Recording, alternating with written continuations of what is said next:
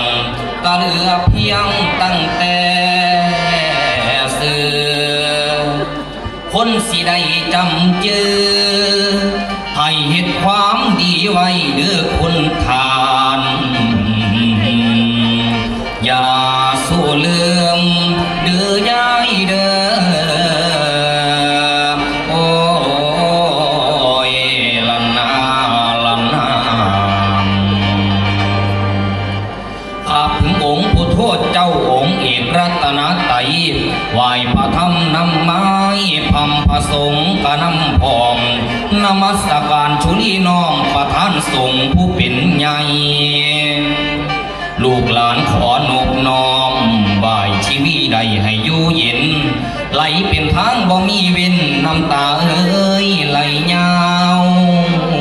ยาวย้อนว่าผู้ไว้ชนของเฮานี่เพิ่นไล่จากไปแล้วบ่มีแล้วสิตาวคืนญาติพี่น้องเพิ่นมากันขึ้นเบิ่นพร้อมมาทรงนอสาการเอาถึงกุศลทานกุศลทานญาติอุทิศให้น้ำพร้อมเทวดาเอ้ยมาน้อมดวงวิญญาณขึ้นสู่สวงแน่เด้อทาน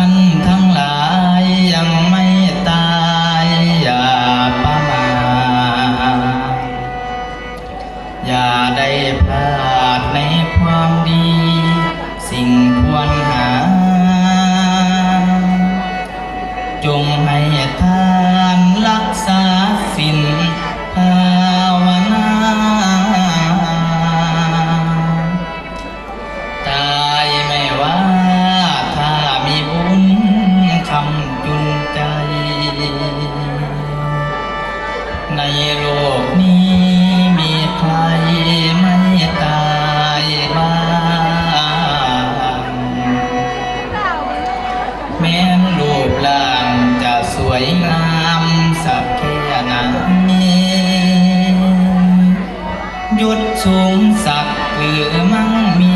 กว่าใครใครหนีไม่พ้นก็ต้องตายวายชีวัน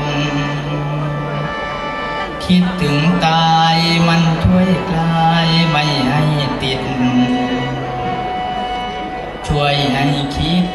ถึงความเป็นจริงสิ่งที่เห็นแม้แต่เราก็ต้องตายใจเย็นเย็นแม้พี่น้องก็ต้องตายใจเย็นเย็นแม้หมอลำก็ต้องตายใจเย็นเย็นฝึกให้เป็นตายก่อนตายสบายเอ่ยเฮาเกิดมาให้จำไว้มีความตายที่ท่าอยู่สัจธรรมที่ต้องหูมีดาบ